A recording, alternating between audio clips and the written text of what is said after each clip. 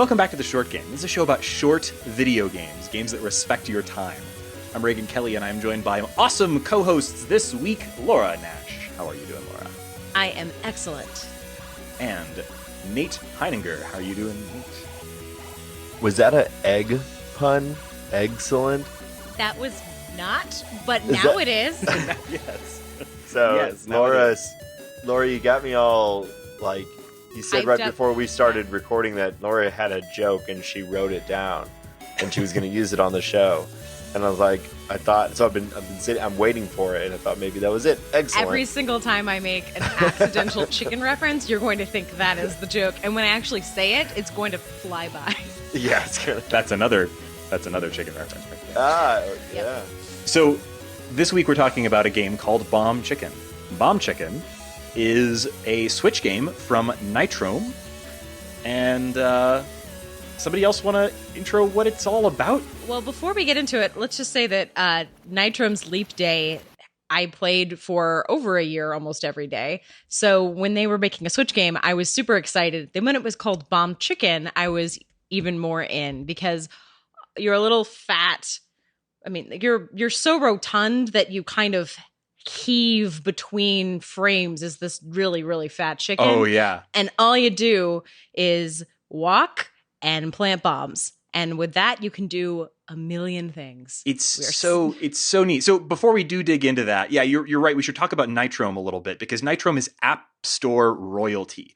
Like Nitrome has been making games for well over a decade. They have a history that goes back to online Flash games, and they're really well regarded stuff there, but I was never really aware of that stuff. But their output on the iOS App Store, I think on Android too, I'm not 100% sure on that, but their mobile output is, they've got a lot of games. And Pretty remarkable. a lot of them It's are a really lot. incredible. And some places that I have seen have referred to them as the Nintendo of the App Store, which I think is an appropriate thing to call them. Nitrome makes a lot of games. They have a very unique style.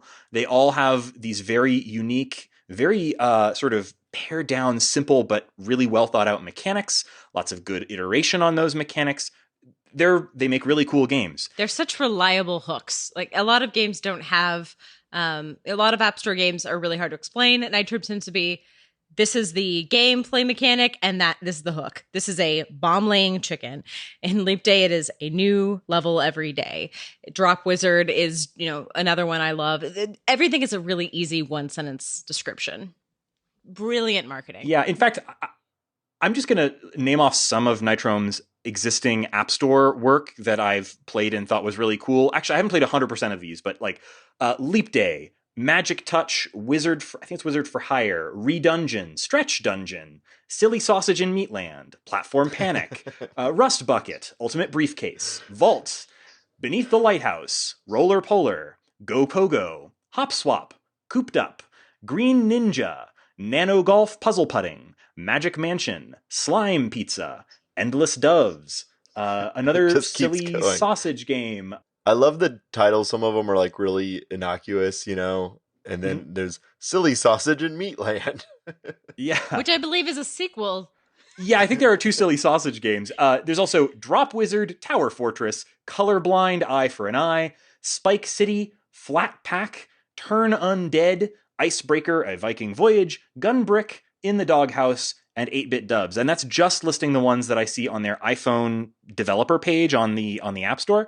These guys have made a ton of games. A couple of years ago, they had a blog post that said, we've just published our 136th game. So these people might know their way around mechanics is what I'm getting to, because Flash games might not have the length or depth of a console game, but you must get that mechanic has to be perfect. And that's what I love about this one too.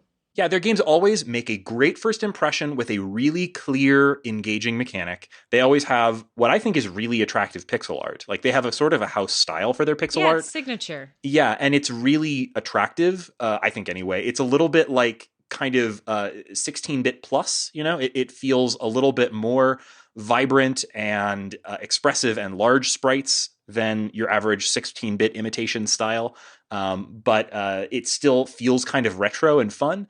And some of their games have a lot of staying power. They all have this sort of arcadey feel to them. Probably the ones that I've played the most of are Drop Wizard, which is phenomenal, and Magic Mansion, which also is really, really great and has a cool sort of black and white pixel art aesthetic that I like a lot. Both of those games are great. I'm sure all of these games that they have done are terrific. And I also know we've talked about Leap Day of all their games the most on this show. Nate, you've played a fair amount of Leap Day, right? Yeah, I love Leap Day. It is just like we're talking about a super simple mechanic. It's an endless runner in a way, but you're progressing vertically through a series of challenges. Pretty ridiculous, like buzzsaws, flames. I mean, it's a new map every single day, and it's very vibrant. But the only thing you can do is if you tap on the screen, you jump. You tap again in mid jump, you do a double jump, and you sort of like slide down walls. So the whole game is going up, up, up, up, progressing through just an insane amount of little micro challenges. And it's pretty hard. Yeah, it does get pretty hard. But it's a wonderful game, and it's a perfect little iPhone game because there are little checkpoints. I think every 5 like levels you go up, and it's great. And I played it, like Laura said, also just a ton for probably almost a year. And then when we started doing this game again, or whenever we were talking about just talking about this game, I re-downloaded Leap Day, and I've been playing it again because it's just so easy to just jump right in. And I love platformers, so that is perfect. And immediately Bomb Chicken, which I want to call Robot Chicken every time, so don't be surprised if I say that. It is the same thing. It's just like immediately you understand it, you know what you're in for. It gets complex and difficult, but it's just so repeatable and so easy to just pick up and know like the rules. What am I capable of doing? It's awesome. Yeah, and what I think kind of unifies all of these games is a sense of this. So before I get into the territory where I might be pulling an IGN on this. You just say plagiarizing. Yes. So the reason that I decided to pick up this game, I first saw this game when Nintendo did I think it was their Nindies event, and they just showed sort of a rapid fire, like showing off a whole bunch of games that were coming out on the Switch for the rest of the year. And I saw Bomb Chicken, and I thought, that's cute pixel art, but I don't know if I'll pick that up because I didn't know anything about it at the time. And then quite a bit later, so first of all, one of my favorite YouTubers, Game Maker's Toolkit by Mark Brown. It's one of the best YouTube channels for sort of deep dive talks on game design. A really great YouTube channel if for some reason you are not already aware of it. But anyway, he did a video quite a while back about Downwell, which I really loved. And the sort of focus of that video was called what he calls dual purpose design, coming up with a single mechanic or idea in a game that solves many problems. There's a sort of a semi-famous Shigeru Miyamoto quote about this, where a good solution to a problem in game design doesn't solve one problem, it solves several problems at once. I'm paraphrasing Miyamoto, but anyway, you get the idea. That video was great, and there was a response video to his from a channel that I had never seen before, but that Mark Brown sort of retweeted, and it was about Bomb Chicken, saying Bomb Chicken is the same sort of thing. Bomb Chicken is a game that uses dual-purpose design. It's got this single brilliant mechanic that solves so many problems, that is so flexible and is used in so many different ways. So I'm going to have a link in the show notes to that video, which is from a channel called Skip the Tutorial. They're a smaller channel, really, really good work on this video, and all the rest of their stuff is great too. So credit where credit is due. I probably wouldn't have played this game except for this excellent video that totally convinced me to give it a try. All that said, this game is the first Switch game from Nitrome, which is a huge selling point to me just on the face of it. Just the fact that Nitrome is now taking that really great design sense that they've built up over literally hundreds of sort of almost micro games and applying it to a slightly larger experience for consoles. That's great. I'm super excited to see this happen. And I really hope it's a successful thing for them financially because it's a great game. It's a really fun platformer with a really clever central mechanic that just never gets old across well over 20 some odd full levels. Yeah, I remember when it came out and it just seemed like more silly than necessarily like fun or challenging. And fortunately it does both. It is really silly and adorable. And I know we're going to talk about the art a little bit later, but it's also a lot more difficult than I was expecting for a game that is just one mechanic. I mean, there's what, 3 total actions: move, drop a bomb, and kick the bomb. I think that's the only 3 things you can do. Yeah. Now and it's funny, it's every single button on the Switch is drop a bomb, which I love that they took the. I mean, I'm sure that didn't take like a ton of time, but I love that they did that. It just makes it even. It really hammers home. Yeah, All you can do is drop the controller bombs. diagram is pretty funny.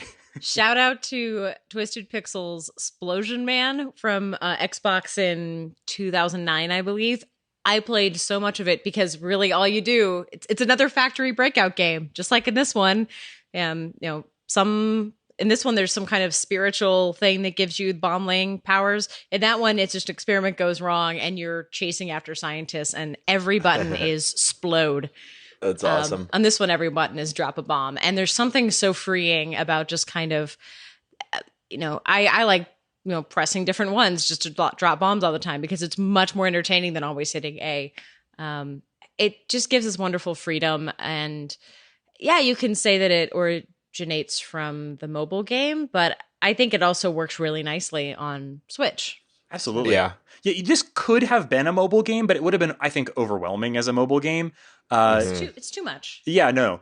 This is such a perfect platform for this because it has the simplicity of design of a mobile game, but it is a game that having the slightly larger screen, the full on controls. I played a lot of this on my TV and it's perfect there too. It's a great game for Switch. Yeah, I don't think you could do it. I think this game would be really, really hard with any sort of touch movement control because it does get pretty fast paced and pretty crazy, and you got to drop a lot of bombs. I guess the other mechanic we didn't say, you can only drop bombs, but what dropping a bomb does is lifts you up. And so instead of being able to jump, you can't jump at all. All you can do is drop bombs and build little towers and fall off of the little towers. So you're doing a lot of this sometimes really rapid fire tower building and jumping and falling between things. And if you had to do that with a screen D-pad or something, it would not work. Or they would have had to make the game a lot more simple. I also, one thing that just real quick back on the every button is a bomb. Another thing that I think it does, which is subtle, is it shows you there's not going to be another mechanic in this game.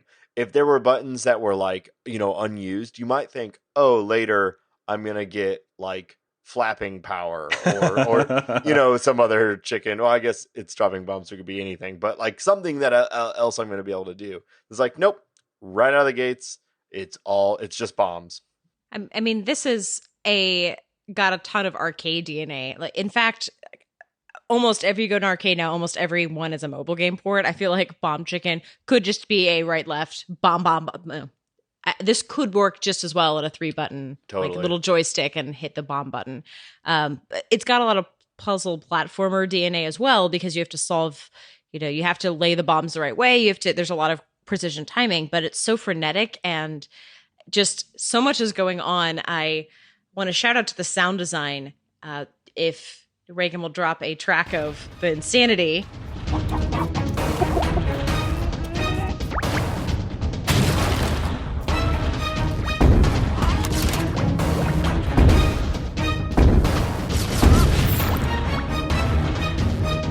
It feels super exciting.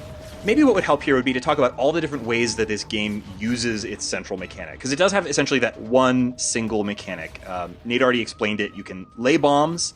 You can lay as many bombs as you want. There's no limit on the number. The bombs will have a timer, so they work a lot like bombs in Bomberman. You lay a bomb, it blinks for a little bit, and eventually it explodes. And when you lay bombs, it raises you up slightly, so you can build towers of bombs to get up to higher points. But there's always a little bit of risk or reward there, because if you're standing on top of your bombs, eventually they're going to all explode, and you're going to explode with them. So it's a matter of trying to lay those bombs to get around or to activate various things like switches or to attack enemies, but eventually they do explode and you have to be clear of them before they do that. Yeah, the game is a one-hit kill. So either you're in the blast radius of a bomb or you touch, there are enemies. If you just lightly touch one, it'll kill you. So there is a lot of precision with how close can you be to the bomb before when it explodes, because sometimes you have to get yourself like right on the edge and not blow yourself up, which I think blowing yourself up is probably 90% of the deaths in this game. There's a lot of enemies and a lot of things that can kill you, but personally, at least, that's this, of course, just my experience, was I was dying from that more than I was from hitting a spike or something like that, because of the amount that it requires you to like stack them and move and stack and move, and it gets challenging. It's really well balanced because you can just breeze through and do the normal route. I mean, towards later levels, it gets more maze-like, but I get greedy and I want gems, and that's usually it's my hubris that causes me to die, and that is how every game like this should be. Like, I should be taking crazy risks to get gems that are placed in far-flung locations and dying a ton doing that. That is exactly where I want to be dying. I feel it's very fair, and it should be challenging because I died 2 or 3 times and I get it, and I feel like I am the best gamer in the world. If I had done it the first time, I'd probably be a better gamer, though. Yeah, it's very similar to Celeste in a lot of like the level makeup. And I love Celeste. I'm still playing Celeste. So when this game, when I got into this game, it's easy for me to make comparisons. Of course, it's not as hard as Celeste, but it does there's like the main path, which is usually the easiest path. I'm not saying it's always easy, but compared to those in Celeste, it was strawberries. In this game, it's gems. And what I really like about Bomb Chicken over Celeste actually is that the strawberries in Celeste were like challenge for the sake of challenge. So they were really, really difficult, but there was nothing to incentivize you to get them other than just wanting a harder experience. What I like in Bomb Chicken is it's like the currency of the game, and after once you reach a certain amount of gems, you get extra lives. So it doesn't, like, you could do it without getting them, but you're actually making the game easier for you in the long run by doing these more difficult challenges in each level. Yeah, you're always opting into those more difficult challenges, though. So if you do find yourself hitting a wall in a particular room, you can choose, well, I'm going to skip those 5 gems and keep moving.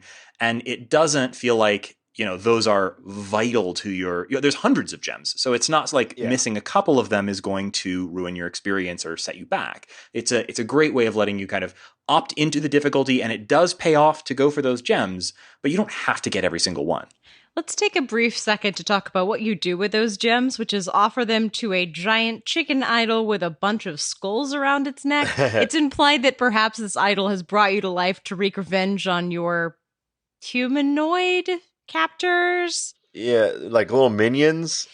You're stuck in a fast food factory that puts this blue hot sauce on everything. Yeah, and all the signs say BFC, and I think it's blue fried chicken. I think that's what it stands for. That's my best guess. Well, the chicken, though, stays the normal chicken color when it's fried. Oh, but it has the weird blue sauce on it. Blue hot sauce. So one of the best things that Nitrom does is whenever they show their logo, they kind of build it up in a game-specific way. And in this one, they build a tray of chicken and they put blue hot sauce on it, and then the Nitrom letters fall on top of it. Yeah. And you see that blue hot sauce all through this game. And I'm not sure what's happening there, but... Does it say anywhere in the game that it's hot sauce? Or is it's blue sauce. I mean, I love hot sauce. I assume it's blue hot sauce. I just assumed, like, what else do you put on chicken? It does not look good. It does not look tasty to me at all. I mean, there's blue gems and there's, I don't know. I just assumed it was hot sauce. Yeah. It's probably it might be hot. I don't know. What do you put on chicken? Hot sauce. The whole factory theme, it does have some variety to the levels. There's some sort of jungle-ish themed levels. There's factory themed levels. There's levels that are haunted by ghosts. So, it does vary things up. But it also does an incredible job of varying up the challenges that you're facing. So it's constantly throwing new things at you. There are, based on the level select screen, I am stuck at the 3rd level from the end right now. but I'm going to keep at it. From the level select screen, I think there are 26 levels. I might be misremembering that. I think it's like either 26 or 28 levels. Each level, if you are able to get through it pretty quickly, is maybe 5 minutes. But in most cases, you're going to have to play the same level several times. And each level, almost every single level in the game, introduces something new. Some new way that you have to use your bombs to get over some kind of new obstacle or a new type of enemy or something like that. And it's doing that right up to the end of the game. New stuff constantly. And that's what I think is so clever about this game. It's giving you every tool that you have in the very first level. The bombs are the one thing that you can do. And then it's constantly having you realize that there are new things you can do with those bombs, new things that you have to do to overcome these obstacles. It's constant variation and variety, even though it's got this incredibly simple mechanic. Yeah, why don't we talk about a couple of the ways that it makes you use those bombs? So we've already said, like, the core one is, since you can't jump, it is still a platformer. You're way too fat to jump.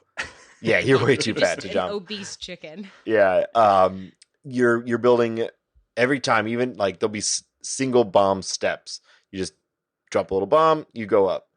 But other times you're going from the bottom of the level all the way to the top. So you have to build a tower, or you have to go all the way. You have to clear a gap, like a big gap of spikes. So you have to build a tower all the way up and then fall off and hope you make it across. And it's the kind of game where like the gravity works, where you can control the chicken in air.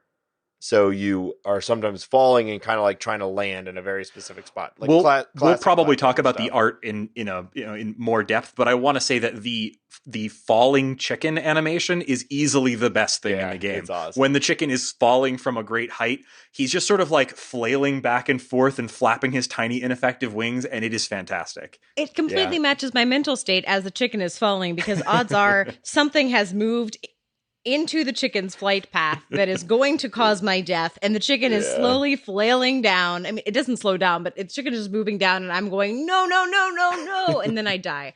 That I appreciate an animation that matches my mental state. Your state of panic. Yeah. And so that is the core. I mean, you're doing that. That's just like moving even more than any like puzzle mechanic, though they use it for puzzle in a lot of ways.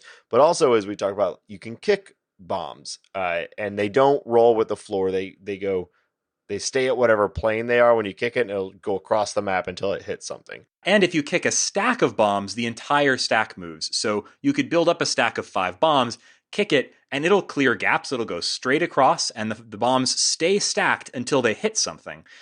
Which means that you can kick bombs the whole way across a level. You can kick a whole bunch of bombs and hit a whole bunch of enemies at once. All of these are things that you'll be required to do at some point.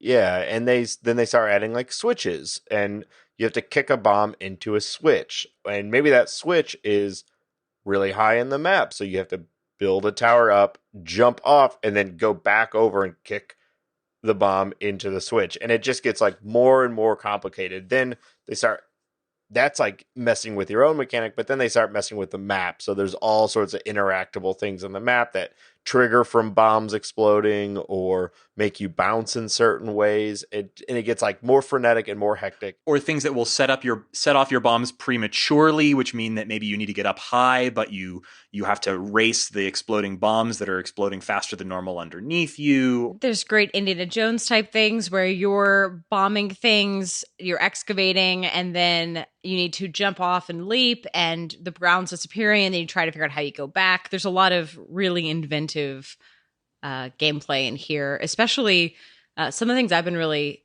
switches and hazards are all things that I've seen before, but I really, again, on the greed levels, sometimes you might just get a stack of things and you dig and you explode, and then some of them turn into spikes, which is something that is very Leap Day, because if you ever played an ice level, you're just running around and getting all your little fruits, and then suddenly half of them are covered in daggers.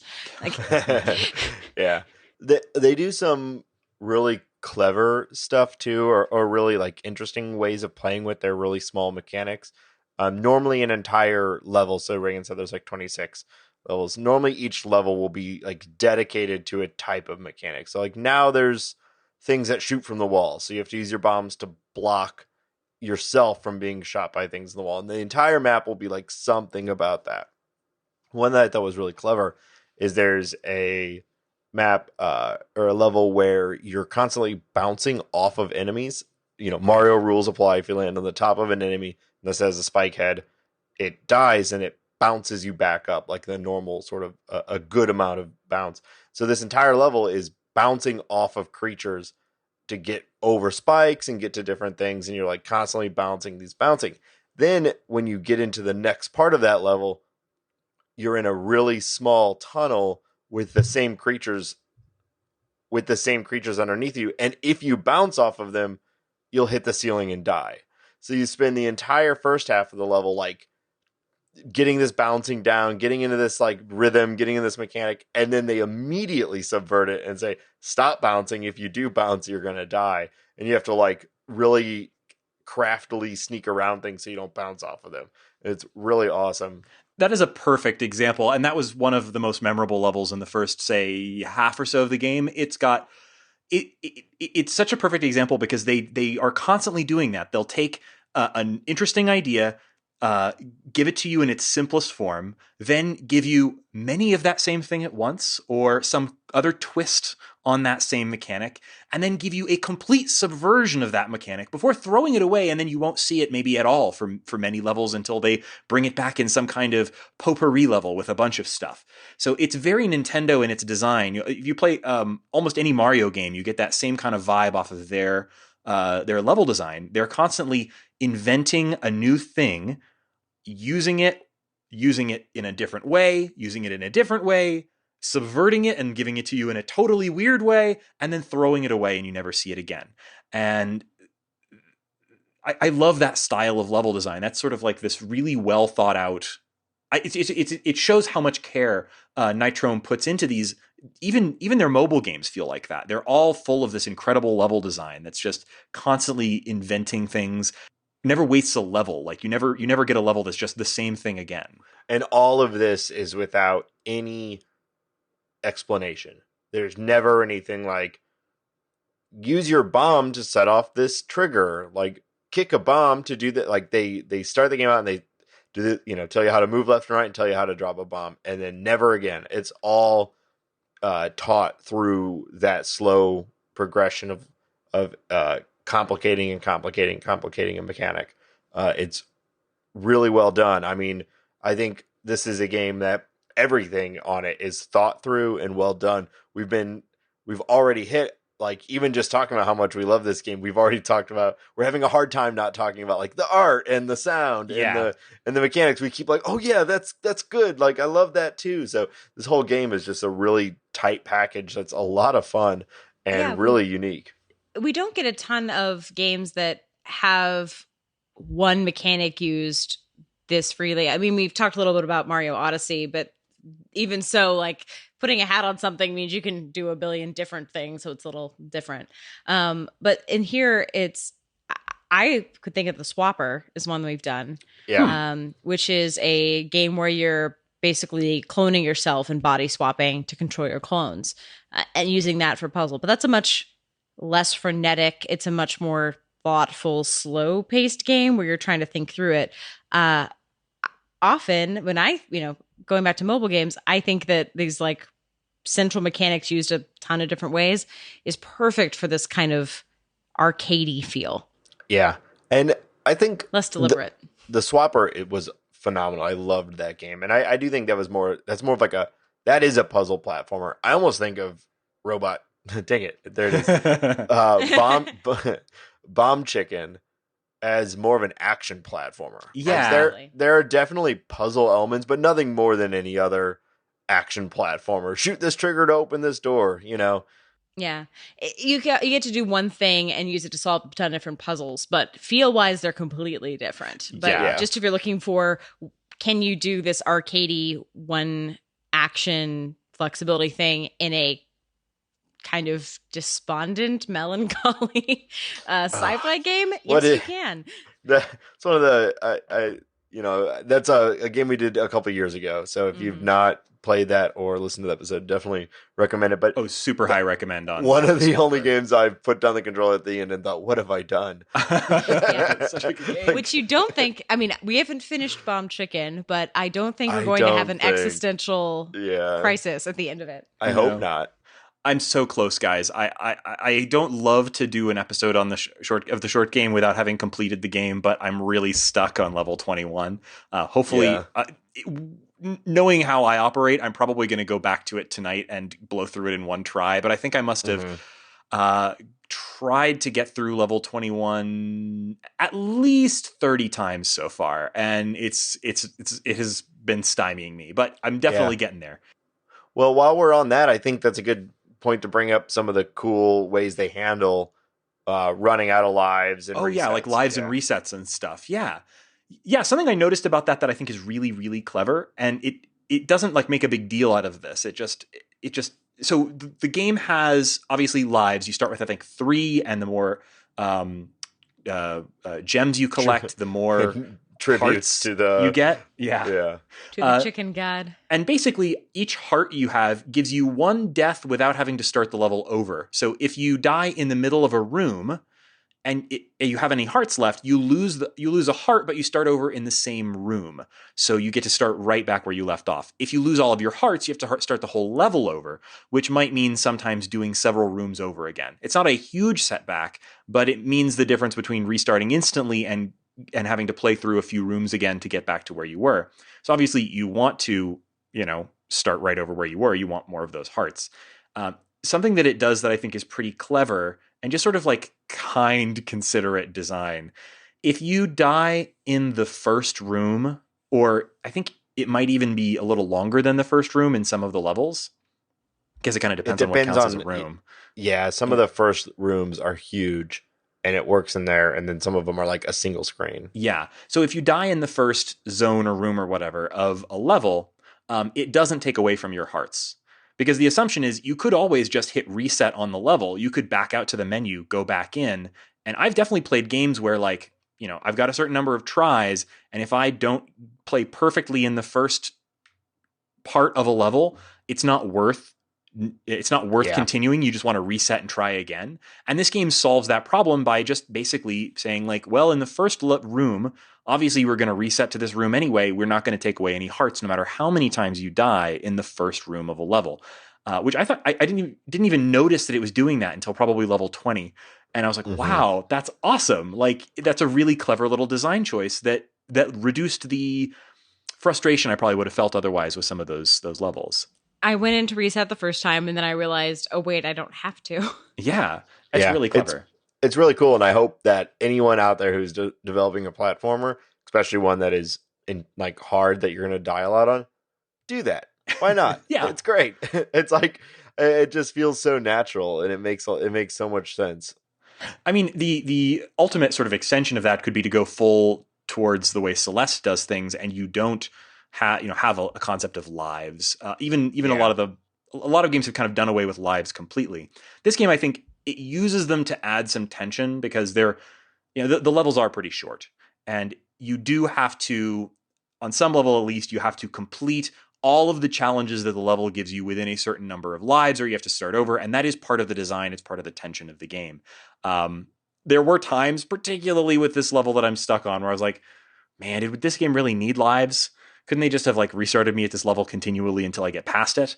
But particularly because this level, the really, really hard bit is in the middle. So I keep finally getting past it after many, many tries and then dying in a stupid way in the next room. But that is sort of part of the design of the game. And I think it's done a pretty good job of making that way of handling lives feel well considered, at least. Yeah, and they do another thing to make the lives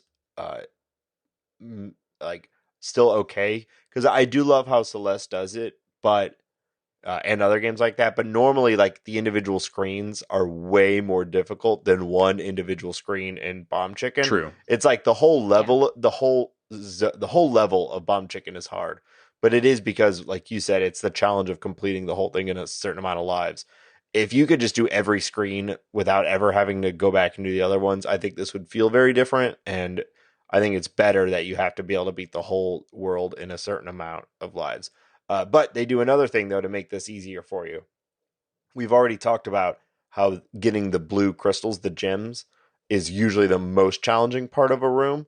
What's awesome is as long as you complete the room, like you go through the screen and it goes into the next room, any gem you've collected in that room, the previous room, you keep, even if you have to do a game over. So you know that if you get those gems and you get out of that room, you're never going to have to do them again, even if you have to start over. That's a really good point. Yeah, that is unless you back out to the main menu or you choose a different level from the level select. That does reset those gems. But that's a really, really nice sort of consideration, because if you've taken the time to go out of your way and get that hard to reach gem, you don't have to do that again, even if you've had to restart the level. Yeah, and it allows, because it can feel like backtracking, or you might be on the final screen of the level, but you die, and so you have to go you run out, so you have to go all the way back to the beginning. Usually that like primary path, the path that is not getting any of the gems, anything like that, is not that difficult, especially if you've after you've done it a few times. So you can start to sort of like fly through the beginning of the level to get to the end. That's not always the case. I know, like Reagan, you're saying one of the most difficult parts of the level you're on is the very first part, but for the most part, it like ramps up. Yeah. And you might have to play through those first 4 screens many, many times, but you get into it and you can get through it without dying. And I liked that. It added a level of like mastery to the game, whereas a game like Celeste or whatever, it's just like constant repeating of one challenge until you beat it. This is like getting good at things that you're just passing through, and I think that can be fun too. Yeah, that really is. It's great to kind of get to that point where, well, maybe I'm beating my head against that final area or final part of the level, but I can get through those first several screens like it's like nothing. It's like Caro Blaster. Yeah. Yeah. Which, such a great game, and that is coming out on Nintendo Switch in like a couple of weeks, I think. I forget the date, but if you missed Caro Blaster on the PlayStation or on the iPhone, that's coming to Switch soon too, and I think it'll be a perfect platform for it. Yeah, by the way, Laura, total vindication for you. I was just flipping through the character art section of their press kit, and there is a very large illustration of one of the weird little green dudes in a helmet holding a blue jar labeled hot sauce. Yes. Oh, nice. You are vindicated. All right. Yeah. All right. My assumption based on nothing is right. Yeah. Hey. Yep.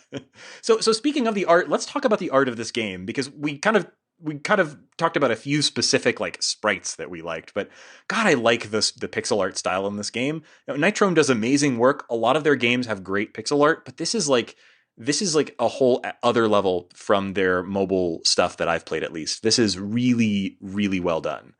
I think my favorite part of the art is the villain design, because yes, there's a ton of little spikes and switches and things, but every time you are facing a villain, they have something extra weird about them. They have goggles, or they have a really odd mouth shape that makes them look like they're like singing opera, or they are holding a jar of hot sauce.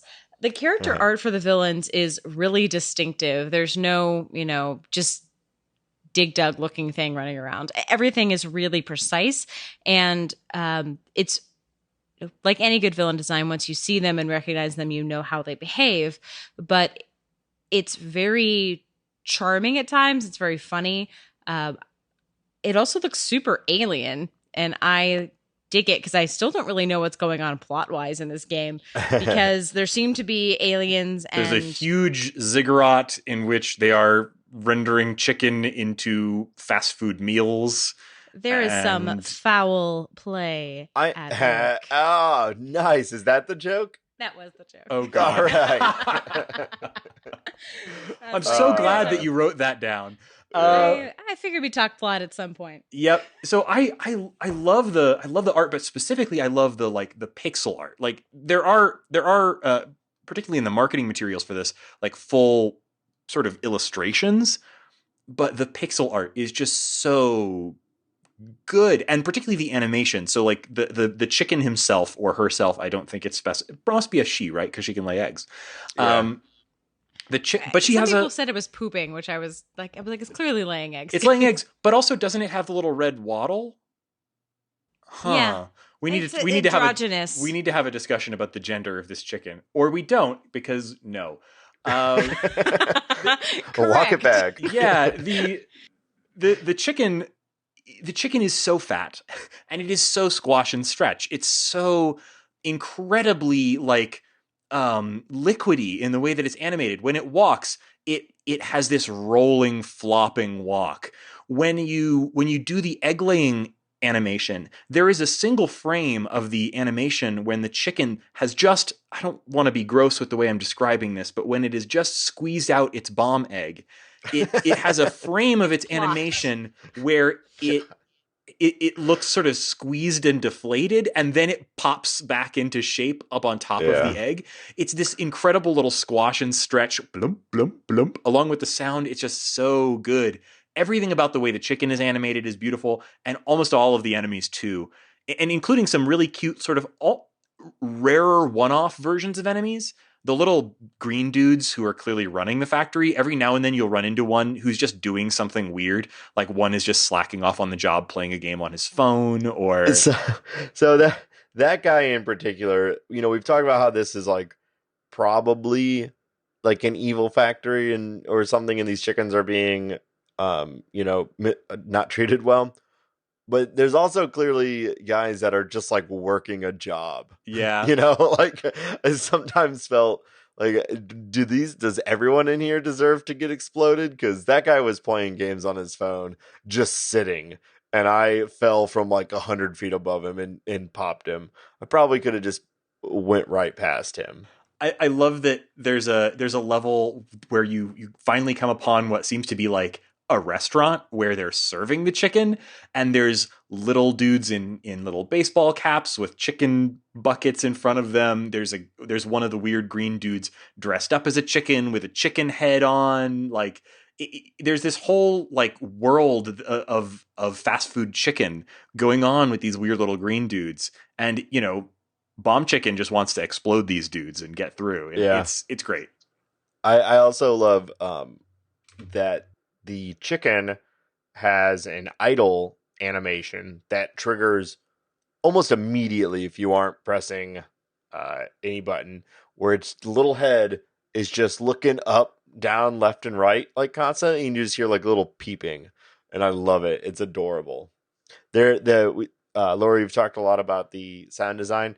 The variety of chicken sounds, many clucks, both excited and terrible, like terrified, dying chicken sounds, is wonderful, and it made me laugh constantly. And if you're playing this game near anyone, just like the constant little explosions and chicken sounds, it makes the game sounds even crazier than what it looks like. So I'm so glad that Nitrome finally moved to making these sorts of experiences like on console, and Nintendo Switch is the perfect place for it. Like this game really feels connected to their past work, but it also really feels like a Switch game. And they've done a great job of implementing some of those Switch features that you kind of expect with a Switch game, but like it's nice to see that they're there. The HD rumble on this game is great.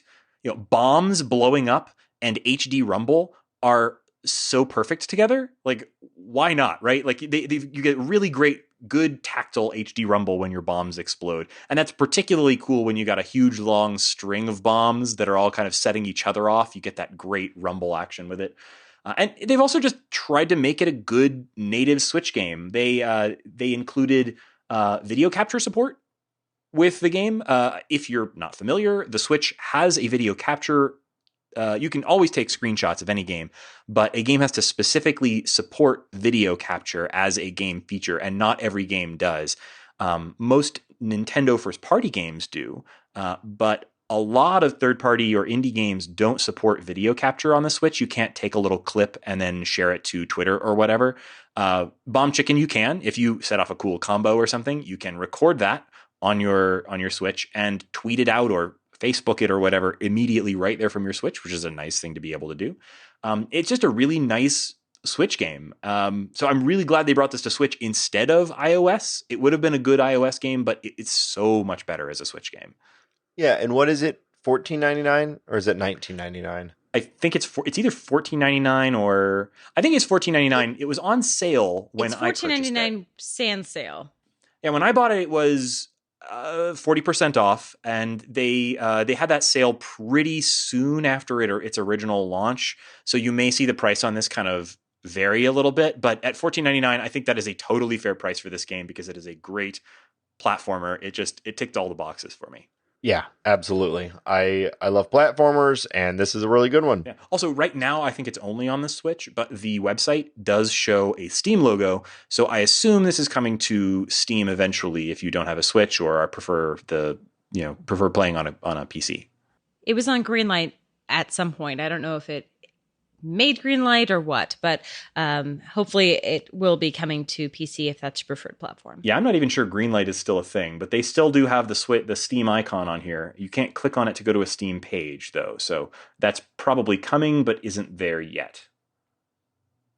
So Bomb Chicken made me very happy this week, but as you know, if you've been listening to the show, we have a segment here at the end that we call What's Making You Happy This Week, where we talk about things other than Bomb Chicken that have been making us happy this week. So, Laura, what's making you happy this week? I'm going to do a little bit of a cheat and do two categories. One is I was sick and I watched a whole bunch of delightful romantic comedies that were on Netflix.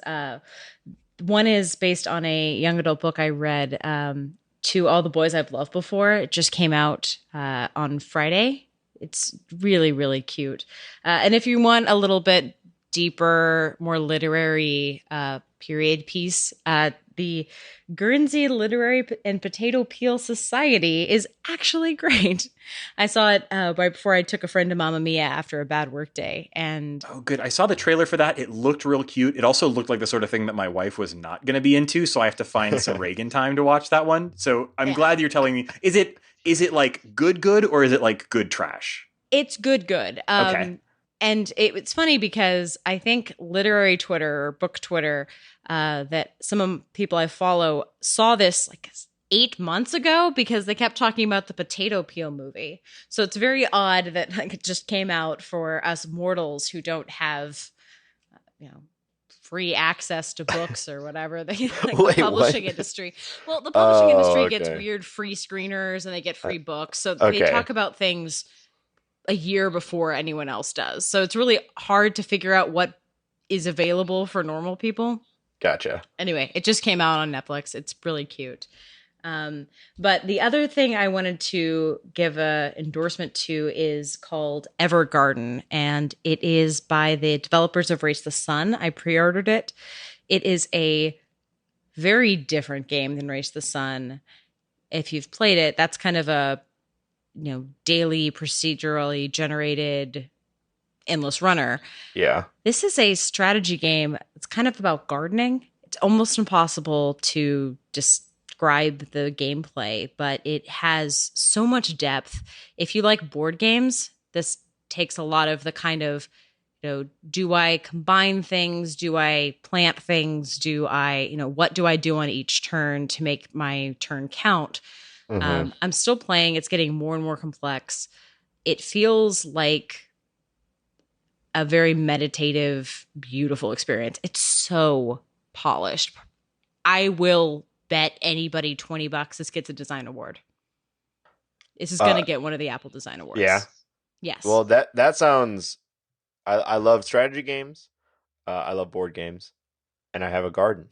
So this sounds right up my alley. You start playing it and it feels like other games you've played before, but the way they deepen it and the way they add more mechanics and richness to it makes it very different than a lot of other games. So you see that little hexagonal board and you think you know what you're doing, but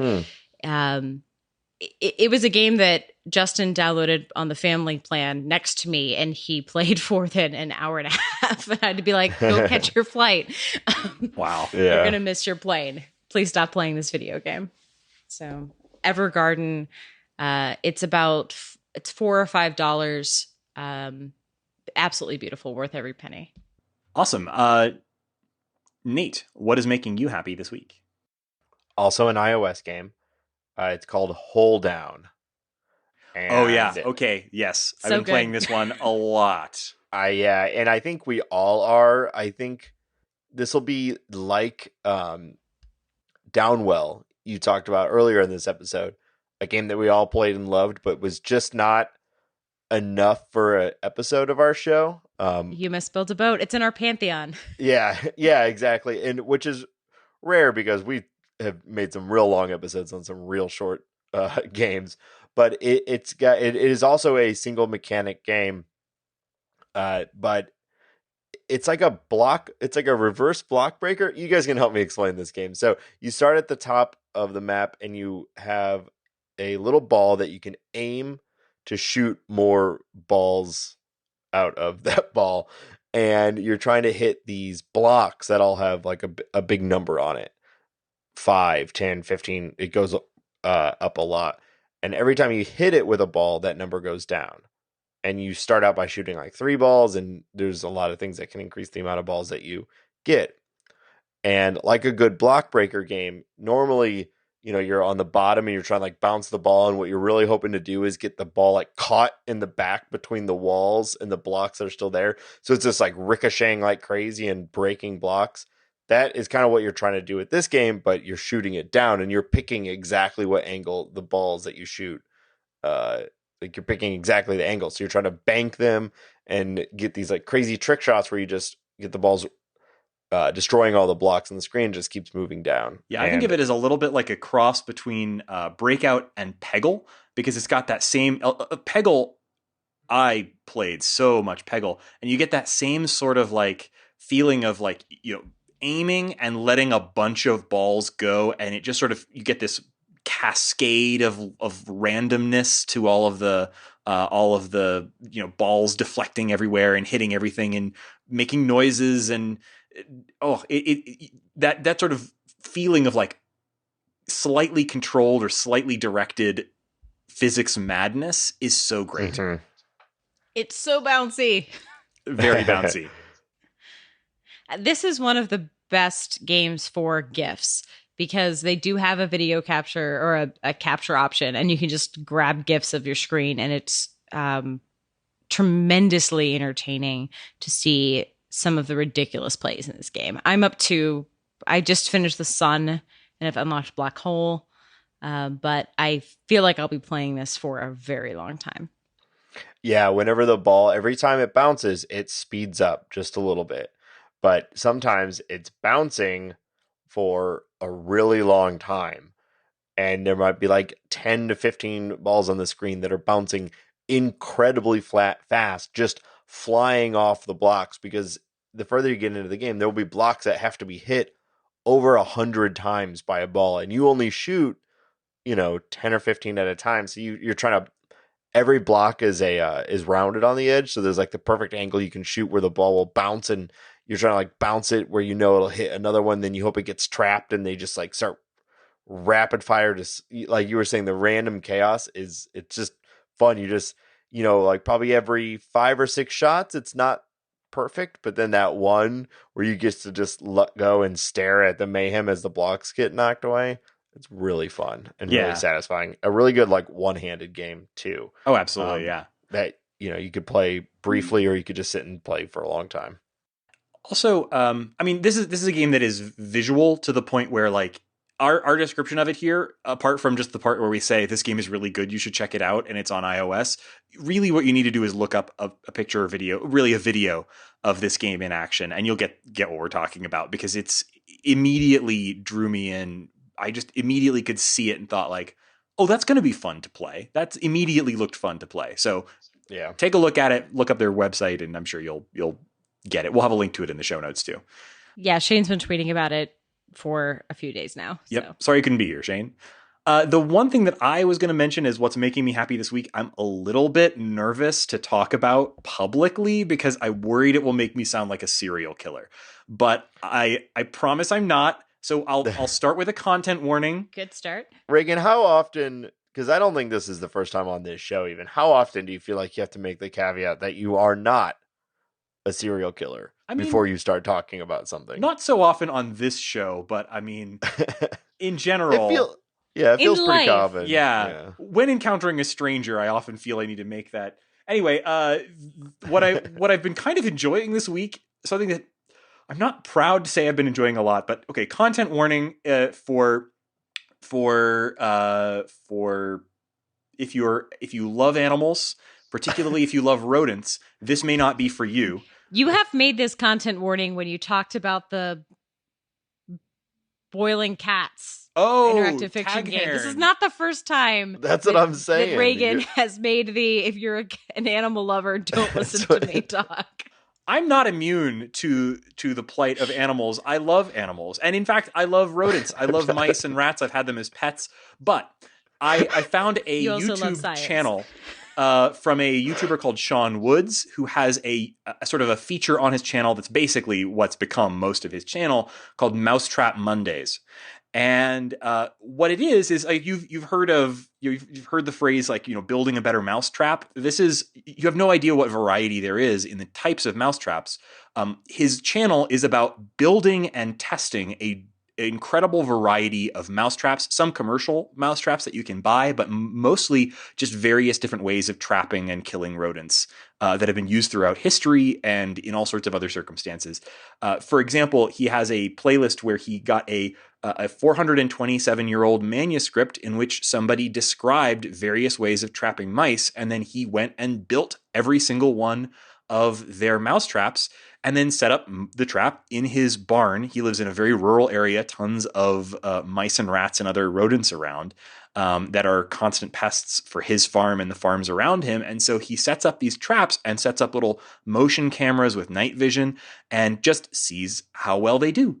And I think there's something really strangely entrancing about watching these, fairly complex, some of them mousetraps, or some very mechanically simple, just testing them out, seeing how they work, seeing thousands of different ways.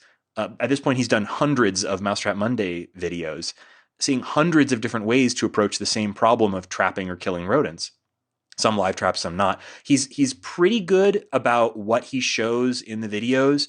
Particularly more recent videos, he will, if there's anything that would be remotely gory or that would be really distressing, he will either not show it or cut parts out or put little overlays over the video to mostly, I think, because YouTube had started demonetizing some of his videos that were a little bit more potentially distressing for people who are really empathetic towards mice and rats. But anyway. So what you're saying is you have now subscribed to the bonus content where you get to see all the gory details that you crave. You joke, but that is a thing on his website if you want that. I'm not surprised at all. But it's actually, I just thought it was really interesting. If you want a place to start, he has a playlist called All 12 of Mascali's 427-year-old style mouse traps. And I'll have a link to that playlist in the show notes, which is very interesting. It's all of the oldest mousetrap designs that he's built and tested.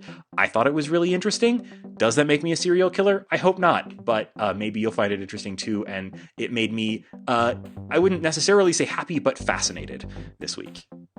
So that's just gonna close without comment. Moving forward. Yes. Moving on. Would you say I am not immune to the plight of animals? The Reagan Kelly story. All right, we can move forward. Thank you. So thank you guys for joining us on this episode of The Short Game. I'm Reagan Kelly. You can find me on Twitter at ReaganK. That's RayGank. And I hesitate to say this, but also now on Mastodon at Reagan at Mastodon.social. And you can find our show on Twitter at _shortgame, which is the best way to get in touch with our show if you have suggestions. We love to hear from you about great short video games that you've played and think are interesting. Let us know about them and let us know why you like them. You can also drop us a line through our website. Go to www.theshortgame.net. We've got a contact form on there. That's also a great place to check out our show notes page, which is searchable. If you go on there, you can do a search on any game that you might think is interesting and see if we've done an episode on it or mentioned it in an episode of the podcast. We've got a nice back catalog for you to check out now. So, Laura Nash, where can people find you on the internet? People can find me on Twitter at Laura J. Nash. And Nate, where can people find you? On Twitter at Nate STL. And listeners, thank you so much for joining us on this episode of The Short Game.